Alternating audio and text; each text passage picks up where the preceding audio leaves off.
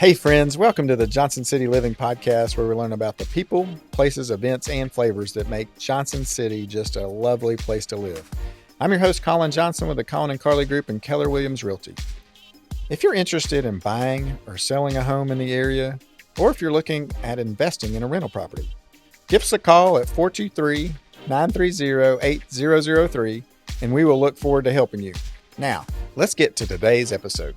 It is a beautiful fall day almost here in Johnson City, and I have the pleasure of hanging out with a longtime person in my life. I could say friend, probably. Yeah, absolutely. She's friends with my mom and dad a lot. They love her a lot, and I'm excited to welcome Rebecca Alexander to the podcast. Thank you for coming on the podcast. Thank you for having me. Okay, it's Johnson City Living, so we hit you with the first question. What do you love most about Johnson City?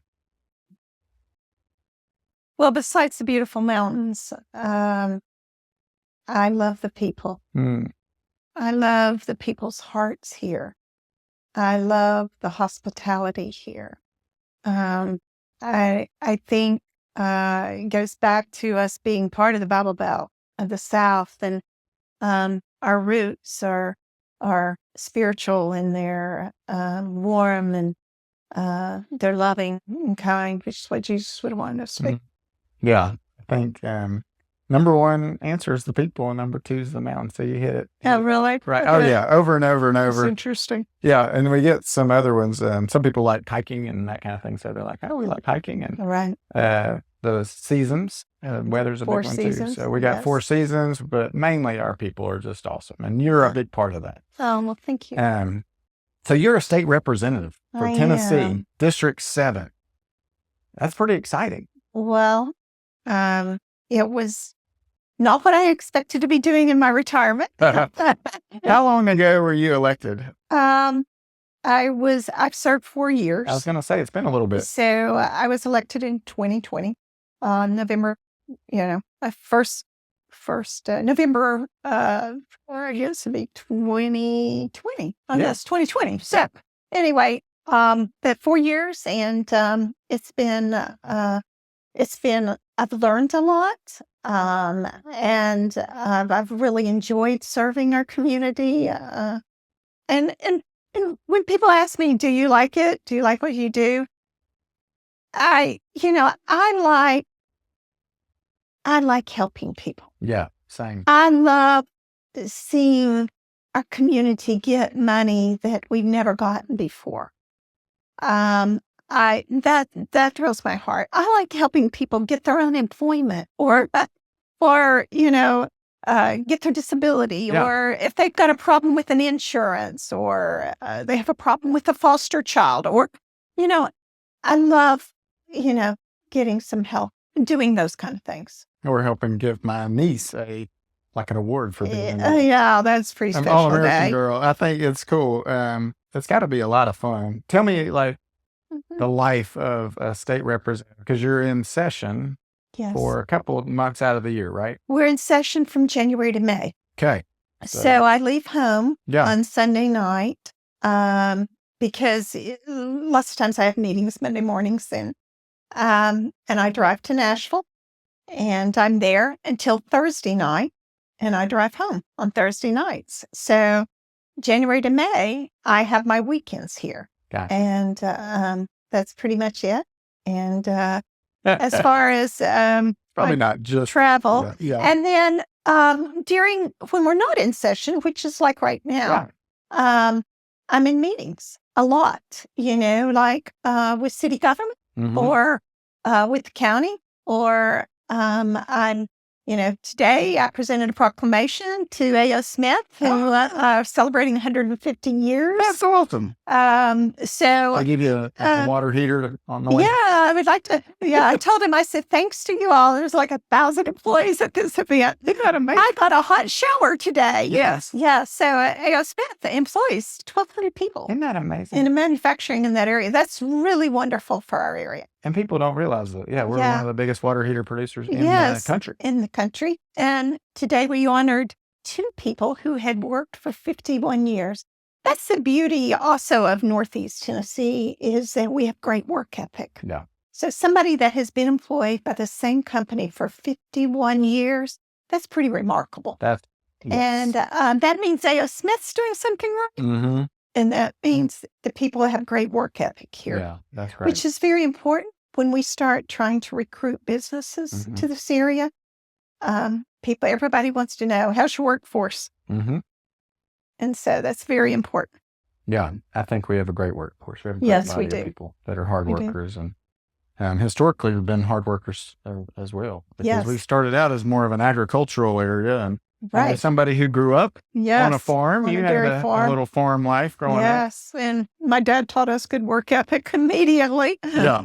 When the sun gets up, you're going up. You're getting up, and it's 4:30 in the morning, and you're going out together in the cows. So it's a great way to be. It was a great way to come up. Do you thinking of that? I mean, I know we're changing as a culture and generations and stuff. I feel like maybe that work ethic isn't as strong in the younger generation, and because of the ease of things now with technology and that kind of thing. Would you agree with that? Yes, I do totally agree. Of course, my parents' generation and your grandparents' generation, was the greatest generation ever. And they worked from sunup to sundown. And I don't think that our younger generation has that desire as much. And I think you're right. I think sometimes things come a little too easy. We want to take care of our kids. Give them everything that we never had. I remember Paul Harvey once said, I wanted things to be easier for my children than they were for me growing up. And because of that, I've actually made it harder on them. And he said, so now for my grandchildren, I want them to bury their favorite pet. I want them to get a black eye to stand up for something they believe in. I want them to work hard and earn their money to get to buy that new bicycle. So there's a lot of truth in that. Yeah. Because I think the one thing I will say about people who work, we find a lot of our self-esteem in our work. And when we enable people not to work, they lose their self-esteem and who they are and what their purpose is in life. I agree 100%. Even biblically, we've learned how important it is for work. Yeah. Jesus once said, you don't work, you don't eat. Pretty easy. So it's very, very important to get that back into our generation. Yeah. So you kind of glazed over what you do. I drive to Nashville. Yes. Okay. And then I have meetings and I drive back. I mean, I want to know, what do you do? What does Monday morning look like? You've got meetings. I'm kind of excited about you're hanging out with Governor Lee and you're going to the state capitol. And tell me about your role there and what you do and how much more time do you have as a state representative? Well, I'm running again right now. Let's go. So you should vote for. So make sure you go vote.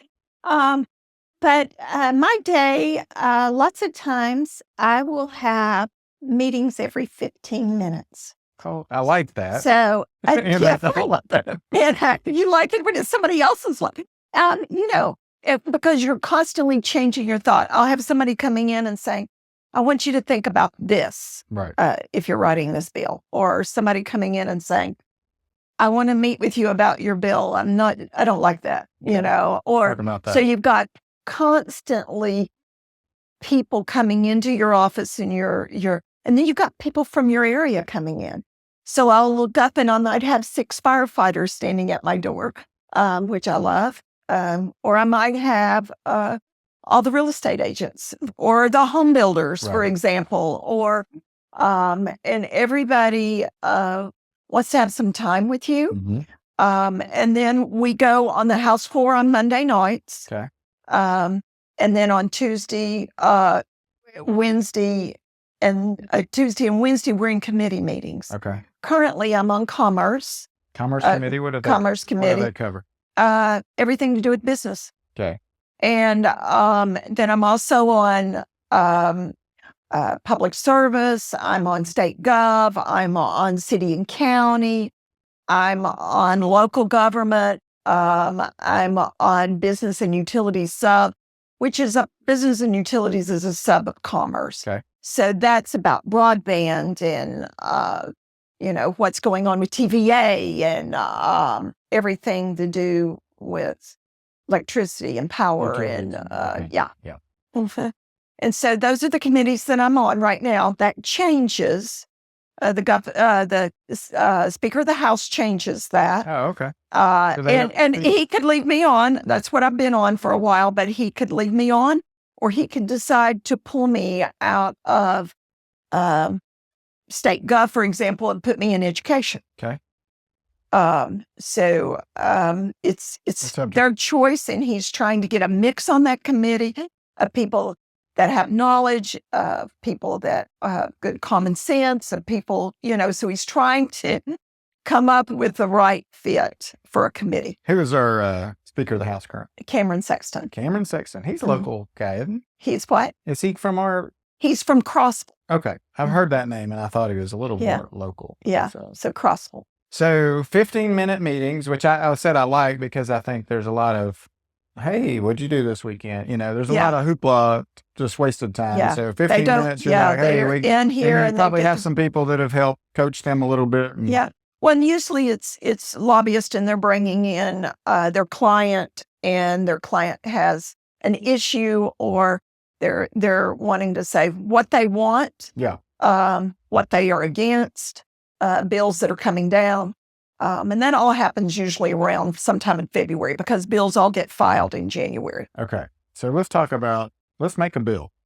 Let's start a bill. Have you produced a bill that's gotten passed? Okay. Mm-hmm. Tell me that process, or tell our listeners this process. Okay. So, and how does it even get started? Like I see an issue or a problem and I want to fix it. Is that kind of times it's somebody from our area. For example, I had a retired teacher who contacted me and said, Rebecca, we need to change this bill so that retired teachers can go back into the school system and teach and not lose a retirement, because we were short on teachers at the time. I gotcha. Yeah. And so I wrote a bill and called the lawyers in and said, help me write this. This is what I want to do. And then they know how to write it, to put it in code. These are state employed attorneys? Yes. We have a floor that's lawyers, floor of attorneys, that's lawyers, that looks at our bills and writes them and puts them in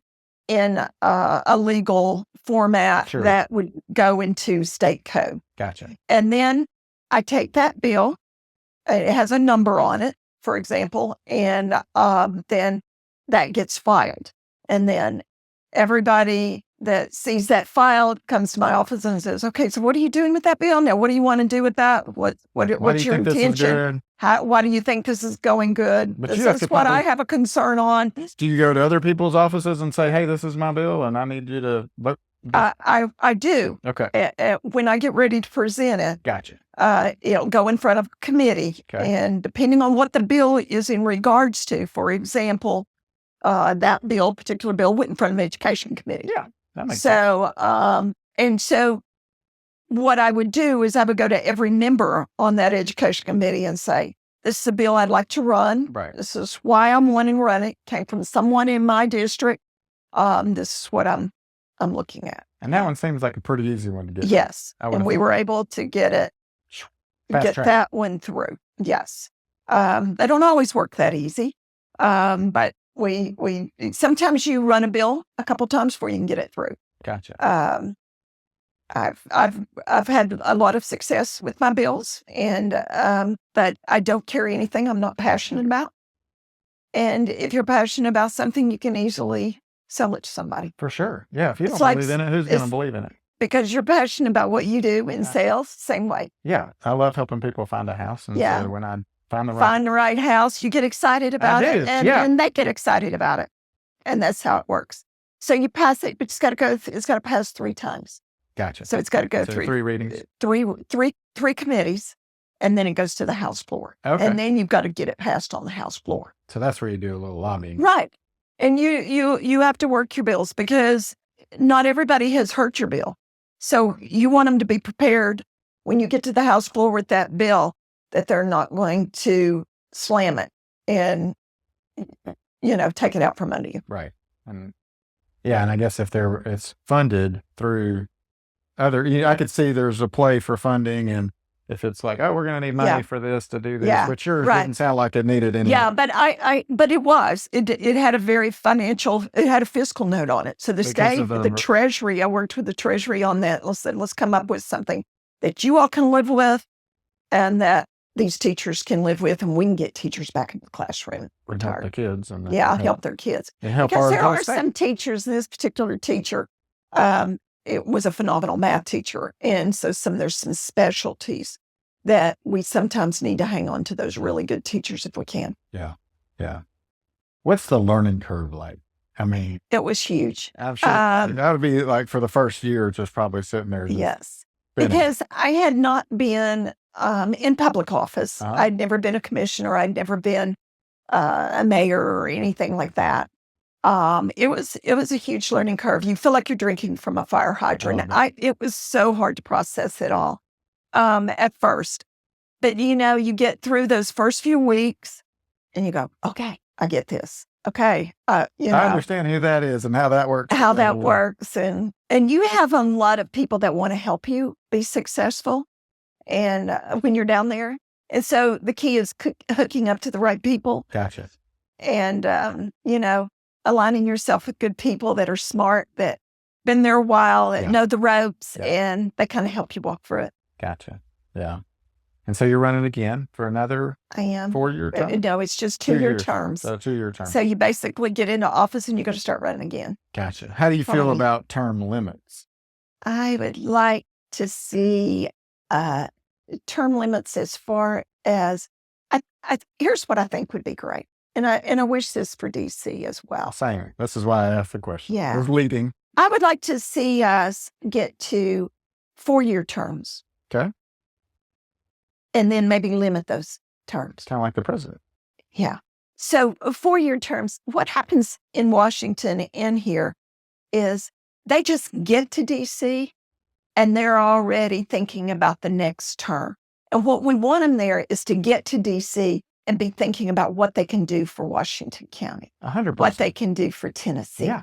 What they can do for the United States of America. Yeah. But if they're constantly worried about running again, then it really ties their hands behind their back. And it makes them spend more time doing that. Do we have any hope that would ever happen? I don't know. There's a lot of... We've got the guys who've been in there forever voting against themselves, right? And so it's it'll hard. Be tough. And there is some... I had a great conversation one time with Congressman Rowe about this, because there are some things that you can't get done until you've been there a while and you have the respect that you get over years. So we don't want to ever take that away. Right. But we do not need people in office 30 and 40 years. No. Yeah. I think if the president only gets 8, he can get a lot done. You should probably cut it to 8. Right. And then you get new people and new ideas and new philosophies. And there's a lot of innovation there probably. And yes, I agree. And I think there would be a little more of a, like you're saying, you're not worried about your next term, so you can get to work. And you're probably a little more passionate because you're like, oh, I only have 8 years to get it done. I only have 4 currently, and then I've got 8 to get it done. And so it may give them a little more of the drive. Right. Yeah. I pray for our presidency all the time. I would just want the Lord to put the right person in, for sure. I do too. And we want it to be God's choice. Amen. He knows in the future. We don't. He knows what we want or what we need. What we need. I don't know. He probably cares about what we want. I pray about that too. And I encourage all of our people to pray in this community for our leaders. The one thing I will say is, who you elect really does matter. It really does. And your local elections are more important than your presidential election. Isn't it crazy? And it is very important because this affects your day-to-day life. This affects your taxes, your everything you do. It's very important who you elect. And our new election's coming up, right? Pretty soon. It is. November 5th, general election. And we had a primary. Yes. And it was like crickets around here. I think it was the lowest turnout ever. I didn't hear anything about it. I literally called Carly because I was like, I just saw a vote here sign. Because today they'll, like I was driving down the road and called her and I was like, are we supposed to vote today? So do you feel like, what would be a good way to get voters out to the polls and get them registered now? I guess you have to register to vote now. Yes, you have to be registered to vote. And then get them out to the polls. What can we do to help? We advertise it. And this put will it be in a the presidential paper. election, so it'll be a bigger. This, everybody's almost probably sick of seeing it on TV right now. We'd like to cut those commercials off. But the best way to get people out is to tell your neighbors, have you voted yet? We have this wonderful opportunity of early voting. Yeah.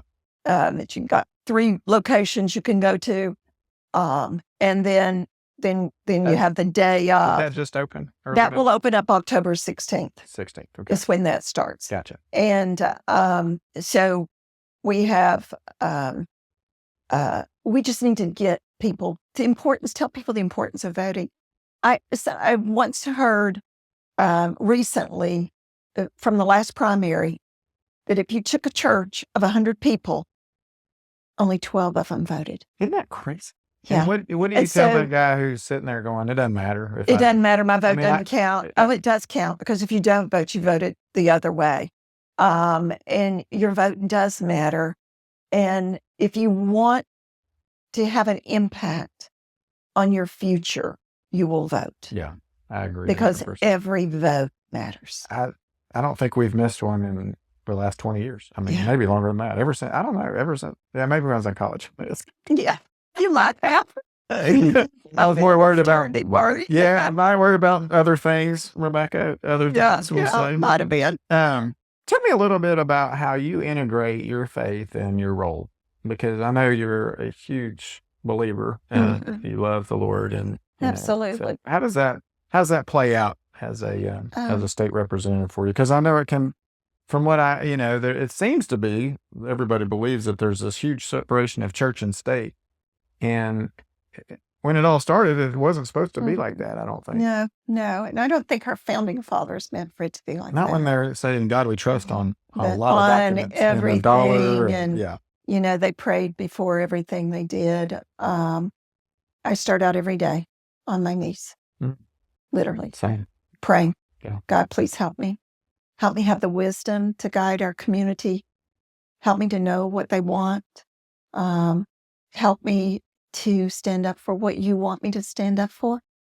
Help me to fight my battles and go before me, come behind me, and hem me in.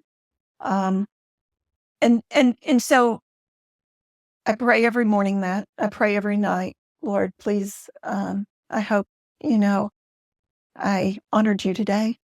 And I've been able to incorporate that a lot. Interesting enough, when I first got elected, I was very afraid to go, because I considered the Capitol as an evil place with horrible people, Well, it's kind of ominous, right? It's a state capitol, big buildings. Yeah, but I feel like it was like, and so I was very frightened to do that, to get into that world. It wasn't any world that I expected I would be in.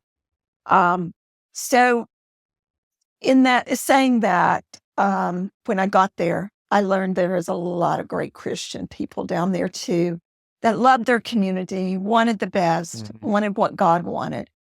It didn't take me long for people to figure out my faith. I'm in Bible study on Tuesday mornings. I go to devotions on Wednesday mornings. But I've been very open about how I believe. And so I think people saw that in me, and I've been asked a lot on the Capitol floor, on the House floor, to give devotions, and I do that a lot on a regular basis. So that's been a real blessing in my life, because I think huge testimony. Right? Well, and I just think, oh Lord, if I do nothing else but give somebody a good word that's from you today, then I've done my job while I've been down here. Yeah, for sure. Yeah. That's so awesome. I firmly believe that I was there. I'm there for a reason. I'm not sure sometimes what that reason is, and I ask him that quite often. But I know that I'm there for a reason. And I know that he has a plan for our state. And I just wanted to be in that will. Yeah. Yeah. I think it's paramount for me, as a believer. And as non-believers, I don't understand, I have a hard time. And that's why I think we have a desire to tell everybody about Jesus, because it's so peace-giving and life-giving, and it just drives passion and care and love for others. And so I don't know how other people operate without him. I don't either. And I think that's what he meant when he said he came, that we might have life and we might have it abundantly. And I think that's what he wants for us. Yeah. Like you said, your best day is giving praying with somebody, helping someone, giving somebody something that they didn't have before, or right. We're called to give our lives away like he did. And so when we do, it just brings massive joy. Yeah. And you do a great job of that, and it shows in what you do. Thank you for that. And I'm honored to I think it's call you my friend. For sure. Well, thank you. Thank you. So let's say you get elected here in the fall. What are your plans for the next couple of years? What do you want to accomplish as our state representative? What do you see for our area, and how you're going to help shape it? I want to make sure we get broadband in areas that don't have it. That's a really big thing of mine. So you're on Jeff Dyke's ear all the time.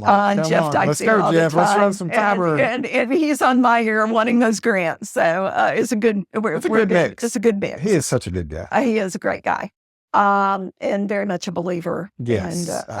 And then I'd like to see us pass a bill that would take two-step therapy away from people who have been diagnosed with staged cancer. Tell me more about that.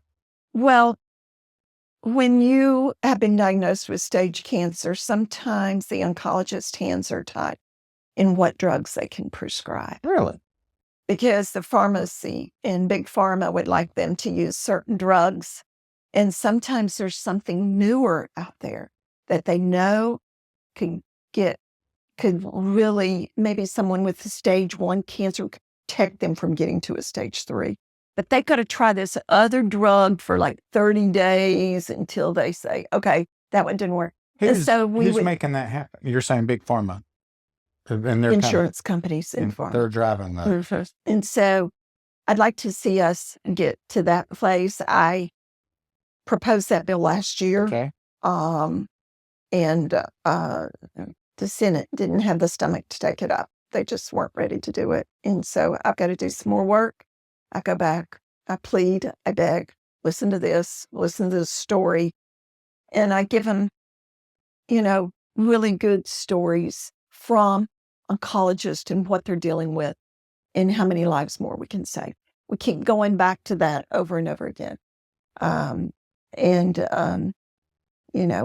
a struggle when you're fighting insurance and you're fighting.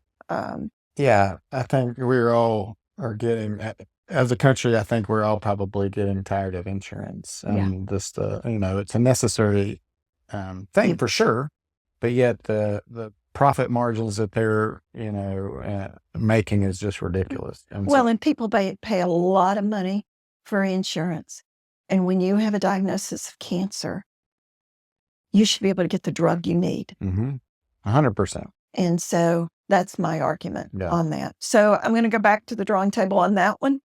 I will run my cell phone bill again. We're going to try to get cell phones out of the schools, especially during. Well, we have it in our area. Yeah. Well, I was going to say, because my niece and nephew, they're like, we don't have a cell phone. Yeah. We have it in our area, and we have great superintendents here. Yes. And great principals and stuff that recognize the need. And they came to me and talked to me about doing a bill. I think we ran it last year, but it got stopped in committee. We had some people that don't agree with that. Didn't agree with it at that time. They changed their minds, some of them. That's good. So we're going to run it again. And then, it's a shame because Tennessee could have been the first one to pass that bill. And now Youngkin passed it today from an executive order he put down. From bell ringing in the morning till bell ringing in the afternoon, you don't have a phone. That's great. Period. And I would like to see us get back to that, get back to those basic things of being able to walk down the hall and punch your bud and say, "How was your date last night?" You know, or, you know, "Hey, you threw a great pass at that football game Friday night." You know, I would like to get us back to that where we put down those phones and our kids learn how to communicate with each other, and they learn how to write a letter or a thank you note and not do it via a text or an email. Right. Now we voice text. Yeah. Yeah, we're going to learn how. I mean, I remember cursive class. Yes, exactly. Lots of cursive. I can't do it now. I tried the other day, and I was kind of like, oh, I got to get back to writing cursive. I was talking to another friend a few months ago, and he said he went to University High like I did, and I remember every morning we would say the Lord's Prayer, and then we'd say the Pledge of Allegiance, or vice versa. We need to get back that. And I just I don't know how we've allowed the single person to take our have the loudest voice and take away things that shouldn't have been taken away. It's shame on us as Christians that we got to stand strong, and shame on us for not voting or getting up and fighting it. Right, and that's exactly right. And I think some people maybe take the meek shall inherit the earth as what we should do sometimes, and I don't want the earth that we would inherit with that. Yeah, you know what I'm saying? Yeah, and so exactly. I think we got to take all that back again. Yeah, we do. Yeah. So what is some advice you could give to our region or area on how we can help you or help our area as a whole? What would be something you'd say, this is something we could really work together on? And, I think we continue being good to people that move into here and make them feel welcome, and to keep standing strong for what you believe in. Mm-hmm. This region is very well known for our conservative values and our religious values, and don't compromise that ever. Yeah. And then keep praying and keep working hard, and I think that's pretty much it. Yeah, just work hard and pray, and then love each other well, right? Love each other just well. Like Jesus did. Yeah. Do unto others. Love your neighbors as love yourself. Your neighbor. Exactly. Well, if I forgot to ask you something, what would you have asked yourself on this podcast that you wanted to share that we haven't covered, maybe? I don't know. Okay. Let's talk about family a little bit, because I know you got an awesome husband. His name's Howie, right? Yes. Howard. Yes. And there's an old saying that behind every successful man is an incredible woman. Amen. Well, behind every successful woman is an incredible man. Yeah, he's fantastic. And I've been very blessed to have him. Yeah. How long have you guys been married now? 33 years. 34 years. 34 years. Awesome. Got 2 girls. Years. We have 2 girls. And give them a shout out. What are they? Yes, Madison and Whitley. Where are they at now? Madison is in Dallas. She practices law. She does mergers and acquisitions. That's fun. And Whitley, who had been in Washington, D.C. As press secretary in Washington for Congressman Mike Johnson, for Congressman Phil Rowe. Nice. Decided at 27 to go to law school. Oh, good for her. And so she's in her 3rd year of law school, and is in Nashville in law school. So you'll get to see her a little bit. I do get to see her quite often. That's exciting. That's wonderful. Yeah. And well, I jokingly say, as we have lots of people moving here, hey, don't just check us out, feel us out for a few years, don't vote. But I'm going to change that to now. Yeah. Go ahead and check us out, feel us out, but only vote for Rebecca Alexander. Thank you.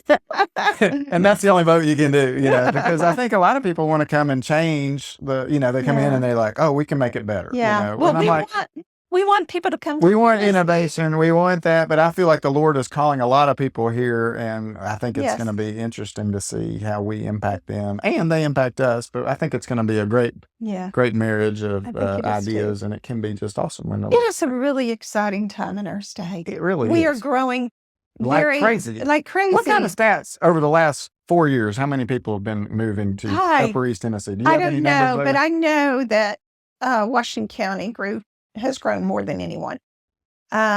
And I'm not sure what the exact number is. Yeah, we need to ask Joe Grandy. But we are growing. It's an exciting time. And the thing we've got to work on the most in this community is that we continue to grow our infrastructure to be able to handle the growth. For example, if you, as a developer or in real estate, you want to develop a neighborhood, we got to make sure we've got the roads to get into that neighborhood. We've got the schools to support that neighborhood. So infrastructure is really what we've been working a lot on in this past year with the city and the county. Developing a master plan. Developing master plans that 10, 20 years out. I mean, because it's going to be here a lot faster. It's going to be here faster than we know. For the people moving in, we're glad they're coming. Yeah. But we want Tennessee to stay Tennessee. Yeah. So if you want to come here and bring your old state with it, we don't want that. Right. We want you to come here because you wanted something different. Well, and there's a reason you're looking. And there's a reason. It's not just because you got a new job in Tennessee. There's a reason you want to come here. And we want Tennessee to stay Tennessee. Yeah, I agree 100%. Well, thank you. Thank you for being on the podcast. Thanks for all you do for our district, our area. Thanks for bringing in all the funding for the infrastructure. I'm sure that's just a huge undertaking. It is. Maybe Tim Hicks helps you out a little bit. Tim Hicks helps me out a lot. He's a great partner. He is a great guy. He is a great guy. We're very blessed. Our whole region has a great delegation. Yeah. And Tennessee is very proud of Northeast Tennessee Caucus and what we represent. Yeah. What we stand for. We have an amazing state, and it's yes, we do. It's just because of the people. That's right. It's called the great state of Tennessee for a reason. That's exactly right. and I think our part's a little greater than those. Yeah, that's exactly right. You can't beat the mountains. Hills. You can't beat the hills. You can't beat the people. No, it's just can't. awesome. It's awesome. It's so great. thank you so much. Thank you. Thank you for everything you do. Oh, well. To help grow our state. Yeah, it's a pleasure, and luckily it's my job. So good. So if you guys are thinking about moving to our great state, our great area, and you want to hang out with Rebecca and have her as your representative, we'd love to help you with that. Connect with us. We help people build wealth through real estate. We manage a ton of property, and we'd love to do that too. Till next time, I'm Colin Johnson with the Colin and Carly Group and Keller Williams Realty. Thank you for listening to our 200th episode. Thanks, and have a great day.